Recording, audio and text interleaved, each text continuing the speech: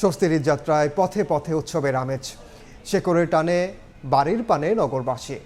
ঈদযাত্রার আরও খবর জানাতে বিমানবন্দর রেল স্টেশনে আছেন সহকর্মী আলামিন তুষার, সদরঘাট লঞ্চ টার্মিনালে আছেন মাহাদি ইসলাম ধ্রুব, মহাখালীতে আতাউর কাউসার এবং চন্দ্রায় আছেন সহকর্মী মেহেদি হাসান। সরাসরি প্রথমে যাচ্ছি তুষারের কাছে। ষষ্ঠ দিনে এসে কিন্তু সেই পুরনো চিত্র আমাদের চোখে আজকে পড়েছে এবং যার কারণ হলো ট্রেনের শিডিউল বিপর্যয়। কিছুটা বিপর্যয় কিন্তু হচ্ছে, যার কারণেই কিন্তু আমরা ট্রেনের ছাদেও কিন্তু মানুষজনকে আসলে কিছুক্ষণ আগেও দেখেছি যে আমাদের সামনে দিয়ে সিল্ক সিটি এক্সপ্রেস ট্রেনটি প্রায় 1 ঘন্টা লেট করে ছেড়ে যায় এবং যার কারণে আমরা দেখেছি যে সেই ট্রেনের ছাদে কিন্তু প্রচণ্ড মানুষজন কমলাপুর থেকেই ছেড়ে এসেছে, সেখানেও কিন্তু ট্রেনের ছাদে ছিল এবং এখানে অর্থাৎ বিমানবন্দর রেলওয়ে স্টেশনেও কিন্তু অনেকেই আসলে ছাদে ওঠার চেষ্টা করেছেন এবং এই মুহূর্তে প্ল্যাটফর্মে যারা আসলে দাঁড়িয়ে আছেন তারা বেশিরভাগই উপকূল এক্সপ্রেসের যাত্রী। নোয়াখালীগামী এই ট্রেনটি 3টা 38 মিনিটে ছেড়ে যাবার কথা থাকলেও এখনও পর্যন্ত সেই ট্রেনটি কখন নাগাদ আসবে বা ছেড়ে যাবে সেই রকম কোনো তথ্য কিন্তু এখানকার কর্তৃপক্ষ যারা রয়েছেন তারা কিন্তু আমাদেরকে বলতে পারেননি। আসলে তারা বলছিলেন যে সেই ট্রেনটি আসতে দেরি হবে, আরও বেশ কিছুটা সময় লাগতে পারে। এখন আসলে পরবর্তীতে চট্টগ্রামগামী যে সুবর্ণ এক্সপ্রেস ট্রেনটি রয়েছে, যেটি আসলে 4টার দিকে 5টার দিকে ছেড়ে যাবার কথা, সেটি আসলে প্ল্যাটফর্মে আসছে এমনটা এই মুহূর্তে আসছে এবং সেটি ছেড়ে যাবে এমনটাই আমরা জানতে পারছি। দর্শক নিশ্চয়ই আপনারাও দেখতে পাচ্ছেন যে ট্রেন একটি কিন্তু ঢুকছে এই মুহূর্তে, সেটি হচ্ছে সুবর্ণ এক্সপ্রেস চট্টগ্রামগামী এবং এই ট্রেনেও কিন্তু সেই একই রকম অবস্থা হবে, যদিও এই ট্রেনটিতে কিন্তু আমরা ছাদে খুব একটা মানুষজন দেখতে পাচ্ছি না। এর আগের যে দুটি ট্রেন ছিল, এর আগে একটি কমিউটার ট্রেনও কিন্তু এইখান দিয়ে আসলে সিরাজগঞ্জ এক্সপ্রেস যে ট্রেনটি কমিউটার ট্রেনটি, সেই ট্রেনটি কিন্তু ছেড়ে গেছে। সেই ট্রেনটিতেও আমরা ছাদে কিন্তু যারা আসলে যাত্রী সাধারণ রয়েছেন অনেকেই কিন্তু আমরা উঠতে দেখেছি। যেমনটা বলছিলাম দর্শক, এই মুহূর্তে সুবর্ণ এক্সপ্রেস যে ট্রেনটি আমাদের এই পাশ দিয়ে ছেড়ে যাচ্ছে, এখানে থামবে, যেটি আসলে চট্টগ্রামের উদ্দেশ্যে ছেড়ে যাবে।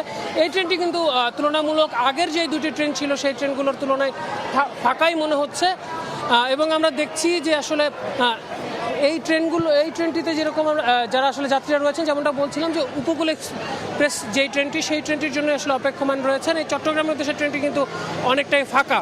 তো এই ছিল ঈদযাত্রার রেলের যে খবর, সেই খবর বিমানবন্দর রেল স্টেশন থেকে আমার কাছে। এখন আমরা চলে যাব নৌপথের ঈদযাত্রার খবর জানতে। সদরঘাটে আছেন সহকর্মী মেহেদি হাসান ধ্রুব, যাব তার কাছে। শেকড়ের টানে বাড়ির পানে ছুটতে শুরু করেছে ঘরমুখো মানুষ। একমাত্র লঞ্চ টার্মিনাল সদরঘাট লঞ্চ টার্মিনালের এই মুহূর্তের দৃশ্য যদি আমি একটু বলি, যে এই মুহূর্তে কিন্তু আপনারা দেখছেন যে ঘরমুখো মানুষের ব্যাপক উপচে পড়া ভিড় এই সদরঘাট লঞ্চ টার্মিনালে। সকাল থেকেই ঘরমুখো মানুষ ছোটা শুরু করেছেন এই লঞ্চ টার্মিনালে তাদের গন্তব্যের জন্য। আজকে আমরা বিআইডব্লিউটি এর সঙ্গে কথা বলেছি, তারা যেটি জানালেন গতকাল রাত 12টা থেকে এখন অবধি, গতকাল রাত 12টা থেকে এই মুহূর্ত পর্যন্ত, অর্থাৎ ঘড়ির কাঁটায় 5টা 4 বাজে, এই মুহূর্ত পর্যন্ত 70টি লঞ্চ ছেড়ে গিয়েছে এবং এই ঘাটে নতুন যুক্ত হয়েছে 70টি লঞ্চ ঘাটে ভিড়েছে।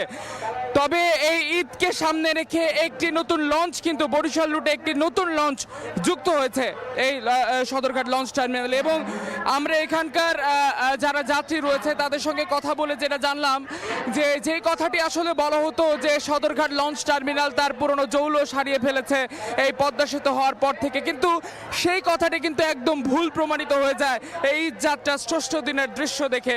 বর্তমানের যে চিত্র আপনারা দেখছেন, গেল কয়েকদিন ধরে ঈদযাত্রা শুরু থেকে কিন্তু এমন দৃশ্যই এই সদরঘাট লঞ্চ টার্মিনালে দেখা যাচ্ছে যে ঘরমুখো মানুষের উপচে পড়া ভিড় এই সদরঘাট লঞ্চ টার্মিনালে। তার মানে যে জৌলুস হারিয়ে যাওয়ার কথা বলা হচ্ছিল, সেই জৌলুস কিন্তু আবার ফিরে এসেছে এই সদরঘাট লঞ্চ টার্মিনালে। এবং একটু আমরা এইখানকার যাত্রীদের সাথে কথা বলে যেটা জানলাম, তারা যেটি বলছেন শুধুমাত্র স্বাচ্ছন্দ্যের জন্য না, এই সদরঘাট লঞ্চ টার্মিনাল তাদের ঐতিহ্যের বাহক হিসেবে তারা এই লঞ্চের বহনটিকে তারা বেছে নেন তাদের ঈদযাত্রায়। তো এই ছিল সদরঘাট লঞ্চ টার্মিনাল থেকে আমার কাছে থাকা সব শেষ। এই মুহূর্তে আমরা চলে যাব মহাখালীতে, সেখানে আমাদের সঙ্গে রয়েছেন সহকর্মী আতাউর কাউসার। আতাউর, রাজধানীবাসী ঢাকা ছাড়ার অন্যতম একটি বাস টার্মিনাল হলো মহাখালী বাস টার্মিনাল। তবে আজ আমরা এখানে এসে যা দেখেছি যে যাত্রীদের চাপ খুব একটা বেশি নেই।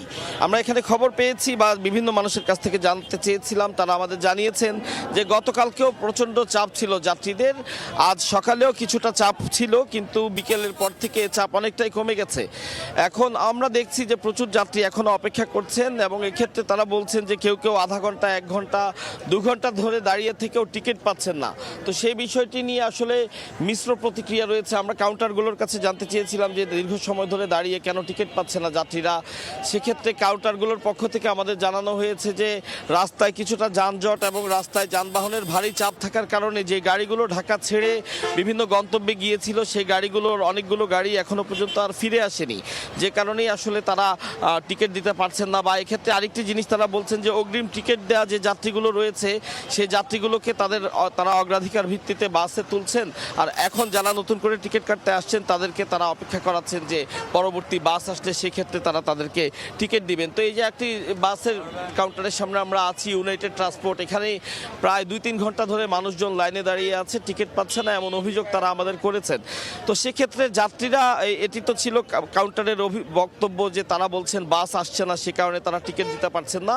কিছু কিছু যাত্রী আমাদের কাছে কিছুটা ভিন্ন অভিযোগ করেছেন। তারা বলেছেন যে যেহেতু কাউন্টারগুলো থেকে বাড়তি ভাড়া আদায় করার সুযোগ পাচ্ছে না কাউন্টারগুলো, সে কারণে তারা আসলে রাস্তার মাঝামাঝি কোনো একটি জায়গায় যাত্রী তুলছে এবং সেখান থেকে গাড়িগুলো ফিরিয়ে আবার তাদের গন্তব্যে নিয়ে যাচ্ছে, যে কারণে গাড়ি আর কাউন্টারগুলোতে আসছে না। তো এগুলো আসলে প্রশাসনের নজরদারির দাবি জানিয়েছেন তারা। তো এই ছিল মহাখালী বাস টার্মিনাল থেকে এখানকার সর্বশেষ তথ্য আমার কাছে।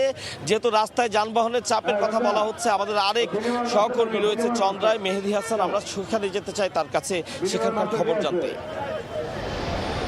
ঈদযাত্রায় আসলে স্বস্তি দেওয়ার জন্য সব ধরনের চেষ্টাই করেছে আইন শৃঙ্খলা বাহিনী, তবে আসলে সাধারণ মানুষের, ঘরমুখো মানুষের যে বাঁধ ভাঙা উচ্ছ্বাস, যে বাঁধ ভাঙার ঢল, তার কাছে কিন্তু সব কিছুই হার মেনেছে। আমরা সকাল থেকে দেখেছি চাপ কিছুটা কম থাকলেও বিকেল নাগাদ কিন্তু, অর্থাৎ সাধারণ ঘরমুখো মানুষ যারা রয়েছেন তাদের উপচে পড়া ভিড় লক্ষ্য করছি এই ঢাকা টাঙ্গাইল মহাসড়কের চন্দ্রা অংশে। যদি বলি যে এই গাজীপুর অংশের, গাজীপুরের কিন্তু মোট প্রায় 2200 গার্মেন্টস কারখানা রয়েছে, সেগুলো কিন্তু সবকটি কিন্তু আজকে, অর্থাৎ গতকাল পর্যন্ত 1400 এবং আজকে বাকি, অর্থাৎ বলা চলে যে আজকের মধ্যেই সবকটি গার্মেন্টস কারখানা কিন্তু ছুটি ঘোষণা করা হবে। সেই ইতোমধ্যে কিন্তু এরই মধ্যে প্রথম প্রহর পার হয়ে গিয়েছে, বলা চলে যে সবগুলো কিন্তু ছুটি হয়ে গিয়েছে। তারই প্রভাব আমরা দেখতে পাচ্ছি সড়কে, যে যেভাবে পারছেন আসলে যে নিয়ম শৃঙ্খলা বলেন আর সব বিধিনিষেধ বলেন, কোনো কিছুই কিন্তু আসলে মানা হচ্ছে না।